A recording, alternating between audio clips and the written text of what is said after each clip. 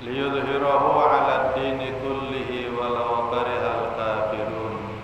Asyhadu an la ilaha illallah wahdahu la syarika lah wa asyhadu anna Muhammadan 'abduhu wa rasuluhu la nabiyya ba'dahu. Allahumma shalli wa sallim ala habibina wa syafi'ina wa qurrati a'yunina wa zuhrina wa maulana Muhammad wa ala alihi wa ashabihi wa mawalah wa la hawla wa la quwwata illa billah amma ba'd. Faqala Allah ta'ala fi kitabihil karim, a'udzu billahi minasy syaithanir rajim. Bismillahirrahmanirrahim. Ya ayyuhan nasu ubudu rabbakumul ladzi khalaqakum wal ladzina min qablikum la'allakum tattaqun. Alladzi ja'ala lakumul arda firasya was samaa'a binaa'a wa anzala minas samaa'i maa'an fa akhraja bihi minas samarati rizqan lakum fala taj'alu lillahi andadan wa antum ta'lamun. Al-ayat. Shadaqallahul adzim. Yang saya hormati keluarga besar jamaah Masjid Al-Ikhlas, wabil khusus Pak Ustadz Ardin selaku pengurus masjid beserta stafnya. Saya hormati para bapak-bapak, para jamaah yang hadir pada malam ini. Ada Bapak Syarif, ada Pak Sigit, ada Pak Sigit ya. Terus ada Pak Heru, ada Pak Mukhtar ya, dan semua yang hadir pada malam ini yang tidak bisa saya sebutkan namanya satu persatu. Kendati demikian tidak mengurangi rasa hormat dan ta'zim saya kepada bapak-bapak dan jamaah sekalian. Puji syukur alhamdulillah kita panjatkan kepada Allah atas izinnya kita dapat bermuajah kembali di masjid ini dalam rangka ta'limul ilmi. Mudah-mudahan hadirnya kita di sini, duduknya kita di sini dalam rangka ta'limul ilmi, berkahnya ngaji, berkahnya majlis, berkahnya kitab Ibnu Katsir. Semoga kita semua mendapatkan cucuran rahmat dari Allah Subhanahu wa taala, disehatkan badan kita, diberkahi rezeki kita, dilancarkan segala usaha kita. Anak-anak kita mudah-mudahan menjadi anak-anak yang soleh dan solehah. Keluarga kita semoga menjadi keluarga yang sakinah, mawaddah, warahmah. Ilmu kita semoga menjadi ilmu yang bermanfaat fid din wa dunya wal akhirah. Amin amin ya rabbal alamin. Liridha'illah wa li syafa'ati rasulillah syai'un lillah lahum al-fatihah. Alhamdulillah. Ar-Rahmanir-Rahim. Iya. Shiratal ladzina an'amta 'alaihim ghairil maghdubi 'alaihim waladdallin. Hadirin jamaah masjid yang saya hormati, ada Pak RT. Sehat Pak RT? RT sehat? Kita lanjutkan kajian tafsir Ibnu Katsir pada malam ini, surat Al-Baqarah ayat 21 sampai dengan ayat 22. Tadi di mukadimah sudah saya bacakan ayatnya ya. Ini udah masuk ke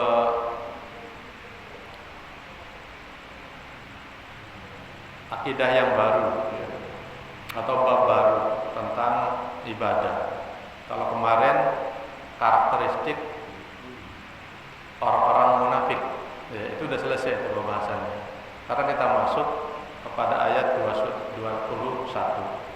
Bismillahirrahmanirrahim. Ya ayyuhan nasu ubudu rabbakumul ladzi khalaqakum.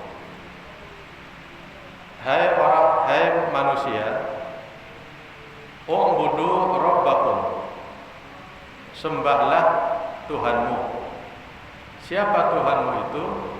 alladzi khalaqakum, yang telah menciptakan kalian.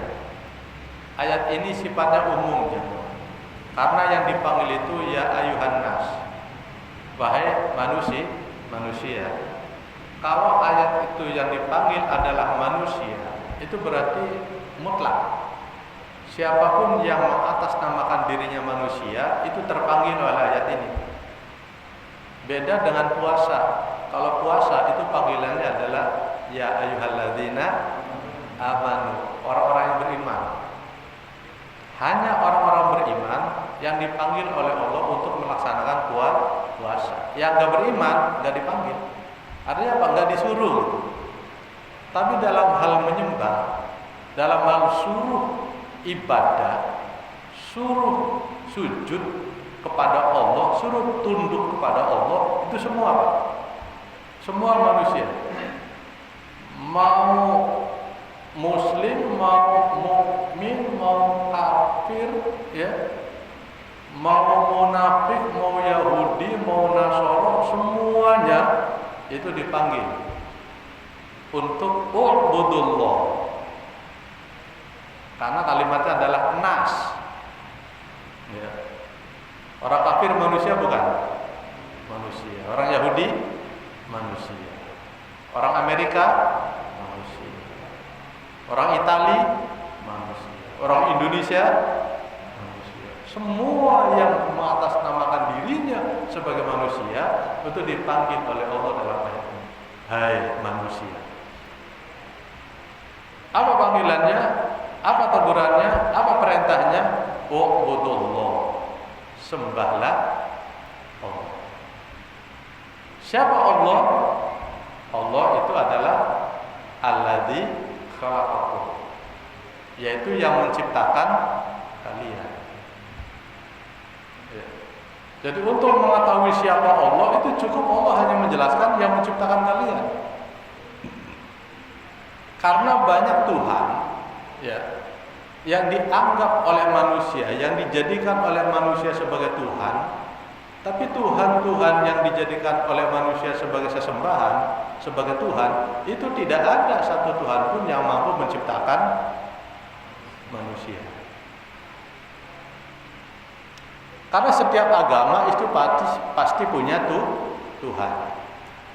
Agama Kristen punya Tuhan nggak? Punya. Menurut agama Kristen Tuhan ada berapa? Ada tiga, yang disebut dengan Trinitas. Tuhan Anak,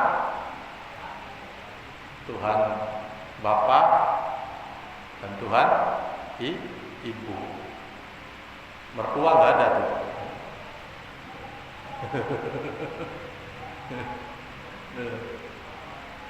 Hindu juga punya Tuhan. Tuhan kata mereka ada dua. Ada Tuhan kecil namanya Hinayang. Tuhan besar namanya Mahayana. Agama Buddha juga punya Tuhan, ya. Tuhan kata mereka ada berapa?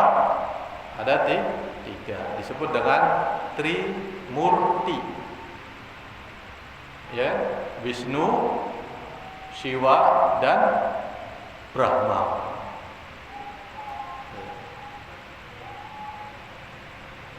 Itu semua menurut mereka adalah Tuhan. Tuhan, dan Tuhan. Tapi dari sekian banyak Tuhan yang diakui dan dipercayai oleh manusia, tidak ada satu Tuhan pun yang mampu menciptakan manusia. Hanya satu Tuhan yang mampu menciptakan manusia, yaitu Tuhan yang lam yalid walam yulad walam yakul lahu kufuwan ahad, yang laisa kamitslihi syai'un wa huwas samiul basir. Dialah Allah Subhanahu wa ta'ala.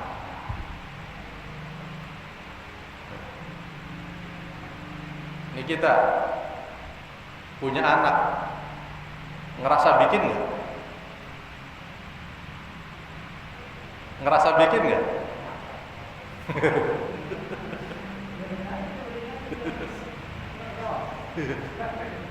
Kalau bapak bisa bikin anak, itu nggak ada anak bapak yang hidungnya pesek. Bener? Nggak ada yang matanya belok. Iya. Nggak ada yang hitam. Kalau manusia bisa bikin anak, bisa bikin manusia, niscaya dia akan bikin sesuai dengan selera hatinya. Nyatanya kita nggak bisa. Tahu-tahu istri hamil lalu punya anak. Kadang-kadang pengennya laki-laki dikasihnya perempuan. Sebaliknya pengen anak perempuan dikasihnya laki-laki. Pengen hidup sampai dewasa, nyatanya baru lahir sudah meninggal. Ya. Tahu-tahu kita punya anak, kita nggak tahu prosesnya seperti apa. Itu menunjukkan bahwa kita sendiri tidak bisa membuat dan menciptakan manusia. Tidak bisa bikin anak. Ya. Hanya sababiyah saja. Ya. Maka tidak ada makhluk di dunia ini yang mampu menciptakan manusia, termasuk Tuhan yang dijadikan oleh mereka. Maka Allah menjelaskan kepada manusia, Allah itu siapa sih? Tuhanmu itu siapa sih? Tuhanmu adalah yang menciptakan kamu. Udah itu saja. Karena justru dengan Allah menjelaskan bahwa Allah adalah zat yang menciptakan manusia, itu adalah prestasi yang tidak bisa dimiliki oleh makhluk-makhluk lain. Kalau prestasi misalnya Allah itu siapa? Allah itu yang bisa menghancurkan gunung. Sekarang udah banyak Pak orang yang bisa ngancurin gunung. Ya enggak? Allah itu siapa sih? Allah itu adalah yang bisa mengeringkan air laut. Zaman sekarang orang bisa mengeringkan air laut.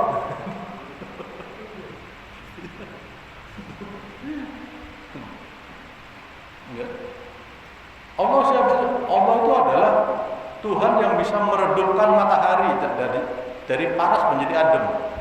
Nah, sekarang daerah Kayasa bisa ditutup dengan awan, matahari menjadi adem. Tapi bukan itu yang ditunjukkan kekuasaan Allah itu. Bukan yang bisa menghancurkan gunung, bukan yang bisa menyinari matahari, atau mengeringkan air laut, tidak. Tapi cukup dengan kalimat alladzi khalaqakum, yang menciptakan kalian. Sehingga dengan bahasa yang menciptakan kalian, maksud Masya Allah, akhirnya kita menyadari bahwa kita ini adalah ciptaan Allah. Memang betul kita punya orang tua, kita punya ayah, kita punya ibu, tapi pada hakikatnya kita ini adalah semua ciptaan Allah. Minta lahir di satu tempat aja kita nggak bisa. Tahu-tahu kita lahir di Jogja, asik di mana? Di Jogja. Tahu-tahu di Jogja lahir, nggak bisa pilih Pak. Gitu. Pak RT lahir di Priuk, Pak Hardin tahu-tahu lahirnya di Bangka. Di Bangka. Oh di Bima. Kalau mau milih lahir di Jakarta. Tapi kan kita nggak bisa milih, Pak. Tahu-tahu kita lahir di sana. Kita lahir di sana, lalu kita tahu-tahu merantau ada di Jakarta. Begitu merantau di Jakarta, tahu-tahu kita tinggal ada di Leticia. Masya Allah. Ya. Itu semua siapa yang merencanakan? Itu semua dalam biqadar illah wa qadar. Semua atas qadar dan kudratnya Allah. Kita manusia hanya tinggal melaksanakan. Ya. Nah, alladzi khalaqakum walladzina min qablikum, dan juga orang-orang sebelum kalian. Orang-orang sebelum kalian itu juga sama kata Allah, yang menciptakan saya juga. sebelum kita itu siapa? Ya bapak kita, ya nggak? Kakek kita itu kan sebelum kita. Terus buyut, di atasnya buyut siapa? Itu kan orang sebelum kita itu. Leluhur. Sampai ke nenek moyang. Nenek moyang tuh orang mana? Orang pelaut. Kita anak laut dong berarti. Iya. Sampai ke para ulama, naik ke para aulia, naik lagi ke para tabi'in, naik lagi ke para sahabat, naik lagi kepada Rasulullah. Terus naik Rasul, nabi tembus sampai kepada Nabi Adam. Itu dari zaman Nabi Adam sampai sekarang, semua manusia itu adalah ciptaan Allah. Itu yang dimaksud walladzina min qablikum. Tujuannya apa? Tujuannya hanya satu, la'allakum tattaqun, agar kalian itu menjadi orang yang bertakwa. Ya. Nah, kemudian dilanjutkan, alladzi ja'ala lakumul arda firasya. Allah menjelaskan zatnya. Allah itu siapa sih? Gitu. Setelah Allah menjelaskan Allah itu adalah yang menciptakan manusia dan juga orang-orang sebelum kalian, Allah kembali menjelaskan zat dirinya. Alladzi ja'ala lakumul arda firasya. Yaitu zat yang telah menciptakan, menjadikan bumi sebagai hamparan, sebagai kita berpijak, di mana kita berjalan hamparan. Orang turun dari pesawat digelar karpet merah, selarak. Bapak jalan di atas karpet itu. Bapak turun dari langit di alam roh, ya kan? Masuk ke dalam rahim ibu, lahir, brojol, sudah ada di atas ada hamparan. Firash. Lalu was-samaa binaa. Allah itu adalah zat yang menciptakan langit sebagai bina, atap. Ada atapnya. Bayangkan kalau nggak ada atapnya. Ya. Subhanallah. Lalu wa anzala minas samaa'i maa'a. Dan Allah adalah zat yang menurunkan air dari langit. Adanya air yang turun dari langit itu berdampak fa akhraja bihi minas samarat, mengeluarkan biji-bijian. Yang biji-bijian itu akan menumbuhkan buah, tanaman, pepohonan, ada buah-buahan. Buah-buahannya dibeli sama Pak Sigit, kasih sama Pak Ustaz. Alhamdulillah. Ya, ada jeruk, ada nangka, ada mangga. Ya. Itu semua yang menumbuhkan siapa? Allah. Kita hanya nanam doang, nanam mangga. Lalu kita numbuhin mangga? Enggak. Nanam doang. Benar? Kita nanam padi. Lalu tumbuh padi. Apakah padi itu yang menumbuhkan kita? Enggak. Kita enggak menumbuhkan padi. Semua itu Allah yang menumbuhkan. Fa'akhraja bihi minas samarat. Karena adanya air yang turun dari langit itu, sehingga bumi menjadi subur. Tadinya kering jadi basah, tadinya gersang menjadi subur. Dampak kesuburan itu menumbuhkan tumbuh-tumbuhan. Tumbuh-tumbuhan itu berbuah lalu dinikmati oleh manusia. Nah, rizqan lakum, sebagai rizki buat kalian. Semua dikonsumsi oleh manusia. Semua yang tumbuh di muka bumi buat siapa? Buat manusia. Ada beras, berasnya buat siapa? Ada jagung, jagung buat siapa? Manusia. Ada kelapa buat siapa? Ada korma buat manusia. Ada jeruk buat manusia. Ada mangga. Semua yang tumbuh di bumi itu buat manusia. Rizqan lakum, sebagai rizki buat kalian. Kurang apa coba Allah? Sayangnya sama manusia. Ya. Coba diingat-ingat. Allah pertama yang menciptakan kita. Diingat-ingat.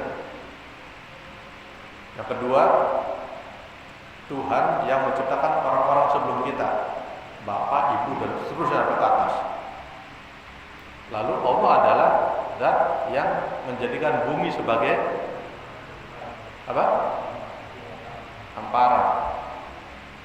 Lalu Allah adalah zat yang menjadikannya langit sebagai atap. Lalu yang kelima apa? Allah adalah zat yang menurunkan air dari langit. Dampak air yang turun dari langit itu menjadikan fa'akhraja bihi minas samarat. Keluarlah tumbuh-tumbuhan, buah-buahan. Yang buah-buahan dan tumbuh-tumbuhan itu rizqan lakum, sebagai rezeki buat kalian. Hebatnya kayak. Nah, kenikmatan-kenikmatan yang rizqan lakum yang sudah diberikan oleh Allah kepada kalian, kepada kita ini, pesan Allah apa Pak? Take and give-nya Allah apa? Allah hanya minta satu. Apa itu? Fala taj'alu lillahi andada wa antum ta'lamun. Jangan sekali-kali kamu menjadikan Allah itu andada, berbilangan, lebih daripada satu, menduakan Allah. Wa antum ta'lamun, sedangkan kalian itu memahami, mengetahui. Kalau kalian menjadikan Allah itu andada, selamat datang Pak Bendahara, martabak sudah sampai. Alhamdulillah. Kalau kalian menjadikan Allah itu andada, berbilang-bilangan, lebih daripada satu, seperti agama lain yang katanya Tuhan itu ada 3, ada yang ada 2, itu berarti kalian termasuk orang yang musyrik. Nah, musyrik itu adalah satu-satunya dosa yang sampai kapanpun Allah tidak akan mengampuni dosa itu. Musyrik, mensekutukan Allah. Allah marah, Allah murka, Allah nggak suka, Allah benci sama orang yang menjadikan Allah itu berbilangan.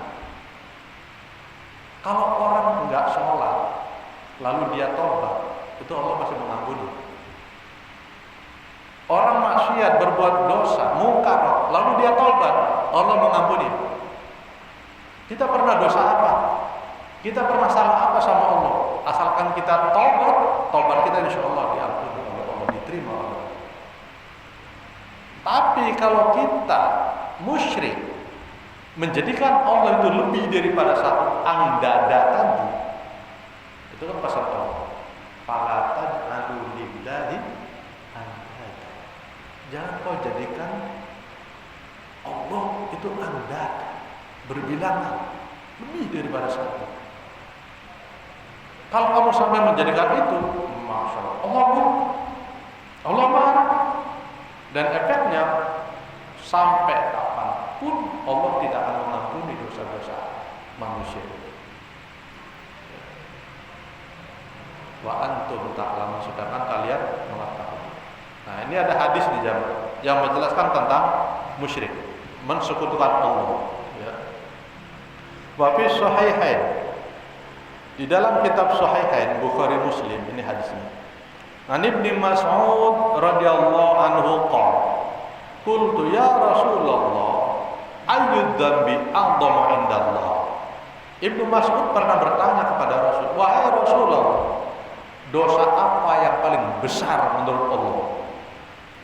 Ya, itu pertanyaannya. Dosa apa yang paling besar menurut Allah? Qala Rasulullah sallallahu alaihi wasallam bersabda, "Anta ja'ala lillahi niddan wa huwa khalaqaka." Yaitu menjadikan Allah berbilangan, menjadikan Allah lebih daripada satu. Kalau kamu menjadikan Allah lebih daripada satu, kalau kamu menjadikan Allah itu berbilang, berjumlah, itu adalah dosa yang paling besar. Sedangkan Allah itu adalah alladzi khalaqaka, kata Rasulullah, zat yang menciptakan kamu. Di situ kemurkaan Allah kepada manusia, di mana Allah sudah memfasilitasi semua kehidupan. Langit buat manusia, bumi buat manusia, tumbuh-tumbuhan buat manusia, udara buat manusia, air buat manusia. Manusia yang dikasih rizki, manusia yang dikasih nikmat, itu nggak mau tunduk pada Allah. Di situ Allah murka. Allah nggak suka. Contoh kecil begini, bapak punya anak buah, diopeni itu bocah, anak buah itu diopeni, dipiara, kasih makan, disekolahin, ya, difasilitasi, kasih makan gratis bertahun-tahun Pak di rumah bapak, sekolah dibayarin, bahkan dibeliin motor, dibeliin mobil tuh bocah itu. Ya. Begitu dia udah dewasa, udah sukses, dia melawan bapak, nggak patuh sama bapak. Itu bapak sebagai orang yang sudah membesarkan dia, memfasilitasi dia, kira-kira gimana? Ridho nggak sama orang seperti itu? Bapak nggak akan ridho, ya. Karena merasa segala sesuatu sudah diberikan buat dia. Tapi dia tidak mau taat dan patuh. Allah itu adalah zat yang sudah memfasilitasi kita semua. Kehidupan kita di dunia sudah difasilitasi oleh Allah. Jasadnya, ruhnya, rizkinya, tempat tinggalnya. Kita menghirup udaranya, meminum airnya. Fasilitas yang diberikan oleh Allah ini, hendaklah kalian cukup mengakui bahwa semua itu diberikan oleh Tuhan yang Maha Kuasa, yaitu Allah Subhanahu wa Ta'ala. Jangan sekali-kali menentang, jangan sekali-kali menyekutukan Allah dengan Tuhan-Tuhan lain selain Allah. Kalau sampai menyekutukannya, Allah murka. Maka ketika Rasulullah ditanya oleh Ibnu Mas'ud, dosa apa yang paling besar? Dosa yang paling besar adalah ketika kamu menjadikan Allah itu lebih daripada satu. Allah itu berbilang. Itu disebut dengan musyrik. Hadis lain. Waqadha hadis Mu'ad, atadri ma haqqullah ala ibadi? Mu'ad bin Jabal. Atadri ma haqqullah ala ibadi? Tahukah kamu apa haknya Allah terhadap hambanya? Tahukah kamu apakah haknya Allah terhadap hambanya? Ayya'buduhu wa la yusyriku bihi syai'an. Haknya Allah kepada hambanya adalah hendaklah seorang hamba itu menyembah Allah dan jangan sekali-kali menyekutukannya. Ya. Kita alhamdulillah kita sudah beriman kepada Allah. Kita juga sudah sholat, kita juga sudah puasa. Maka ibadah yang sudah kita lakukan ini tolong dipertahankan. Dan jangan mudah terbujuk rayu oleh hal-hal yang sifatnya akan membawa kita kepada kegelapan, menjadikan kita jauh dengan Allah. Ya. Dengan menyekutukannya. Karena musyrik itu memang dosa yang akbar, dosa yang paling besar, yang Allah Subhanahu wa taala tidak akan mengampuninya. Kalau yang lain masih mengampuni, tapi kalau musyrik itu nggak ada obatnya, jemaah. Nah, musyrik itu sendiri nanti ada dua. Ada musyrik jali, ada musyrik khafi. Musyrik jali itu apa? Musyrik yang terang-terangan, menyekutukan Allah, percaya kepada Tuhan lain selain Allah. Itu namanya musyrik jali, terang-terangan, ya. Percaya kepada pohon besar, kepada gunung awi, tempat pesugihan, atau gunung Kemukus. Ya. Percaya kepada begitu, tahayul. Itu namanya musyrik jali, yang terang-terangan. Ada musyrik yang kedua aja, Pak, musyrik khafi. Musyrik yang samar, ya. Percaya kepada burung. Bapak punya burung perkutut. Ya. Burung ngoceh ngadepnya ke wetan. Rezeki dari wetan.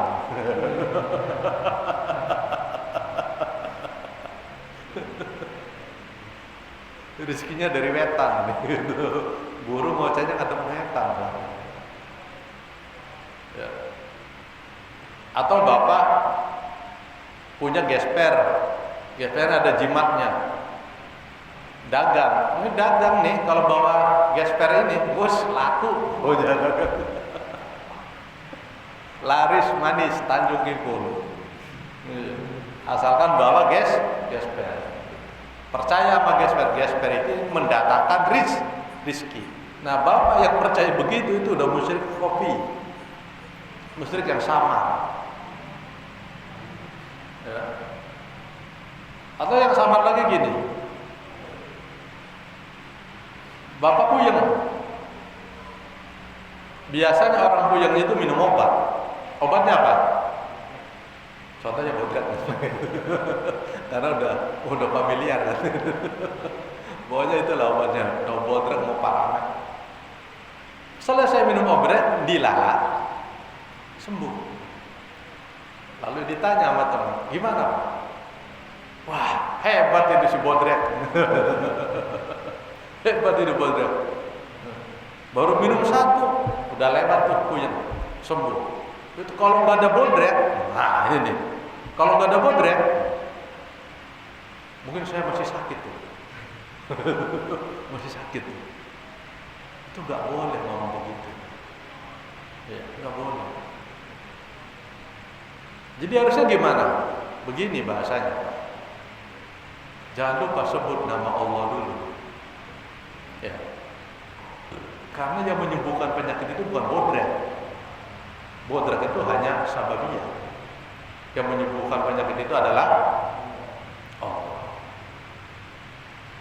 Maka sebutkan alhamdulillah berkat bodret. Nah, itu baru benar. Allah kasih saya kesembuhan. Ini juga pernah dialami oleh Nabi Musa alaihissalam. Nabi Musa itu suatu hari sakit gigi, Pak. Sakit gigi. Sakit tuh. Munajat kepada Allah, ya Allah, saya sakit gigi. Apa obatnya? Obatnya itu rumput, kata Allah. Rumput yang ada di dekat sawah itu, kamu ambil rumput-rumput itu, kemudian kamu kunyah. Kamu kunyah, lalu tahan. Lalu semburkan, gitu. Dan tempelkan di sini. Habis dikunyah, ditempelkan. Benar, diambil rumputnya, dikunyah, kemudian ditempelin di sini. Sembuh, Pak. Nah, sebulan kemudian sakit lagi, sakit gigi lagi. Dia udah tahu kan obatnya itu. Ngambil rumput, diolesin, gini. Enggak sembuh. Enggak sembuh. Ya Allah. Ini Musa kan bisa ngomong langsung dengan Allah. Wa kallama Allah Musa taklima. Itu mukjizatnya Nabi Musa. Enak karena Nabi Musa ada apa-apa langsung ngadu kepada Allah. Kalau Pak RT